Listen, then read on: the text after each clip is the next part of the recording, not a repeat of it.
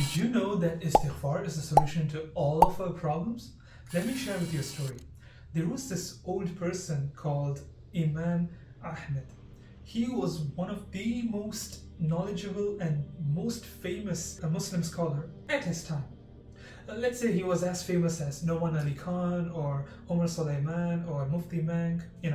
So Imam Ahmed, when he was young, he used to travel very far and wide in order to seek knowledge. But now he became old and his body, caught up to his age. So he preferred not to travel often.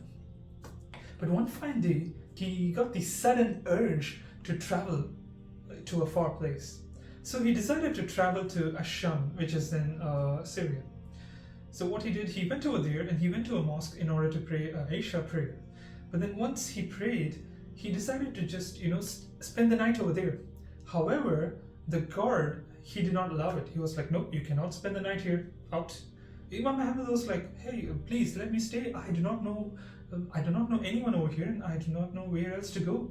But the guard was like, no, that's not my problem. You need to go out and, just don't stay over here in the mosque. See, back in the day, people knew Imam Ahmed only by name. They did not have smartphones, they did not have social media. So they only knew who Imam Ahmed was by name, but they did not know how he looked like, right? So this guard did not know who he is. Like he was an imam. He has all the right to stay in the mosque. But the guard was like, no, sorry, you have to spend the night out. And Imam Ahmed, he is also known for his humble nature. So he did not say, hey, I'm Imam Ahmed, how dare you? No. He was like, okay, fine. He went out and he started to rest on the steps of the masjid. The guard came out, he saw that he was, resting in the steps, and he asked him, no, you cannot even rest here in the steps. And Imam Ahmed again asked him, hey, where else can I go? I don't have any other place to stay. The guard was like, you know what? He dragged Imam Ahmed by his legs to the street and then went back inside the mosque. Imam Ahmed was, feeling helpless. He did not know what to do. There was a baker who had a shop opposite of the mosque, and he saw all of this happening. He felt bad, so he went up to this imam and he was like, hey, you know what, I have a small place in my bakery. You can spend the night over there.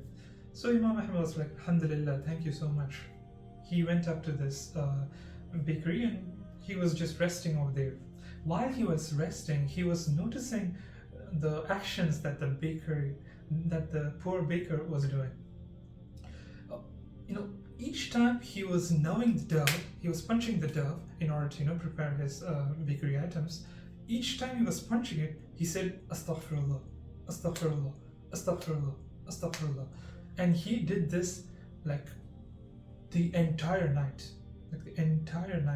For each and every bun he was making, every dough he was punching, he was just saying Astaghfirullah, Astaghfirullah, Astaghfirullah, Astaghfirullah. Imam Ahmed was surprised, he was shocked. He has not seen anyone say Astaghfirullah these many times. So he was curious. He asked the baker, hey, do you mind me asking, what makes you say Astaghfirullah these many times?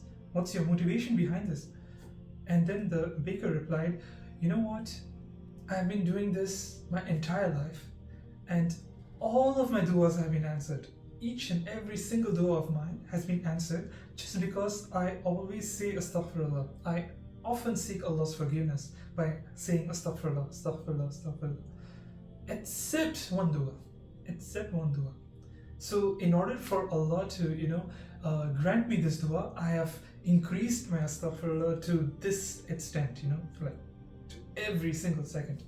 So the Imam was like, wow, mashallah. Okay, what is this one dua that Allah hasn't answered yet? The baker replied, this one dua is for me to meet Imam Ahmed, which is exactly the Imam Ahmed who is sitting right opposite him. He burst into tears. He was like, oh my God, mashallah.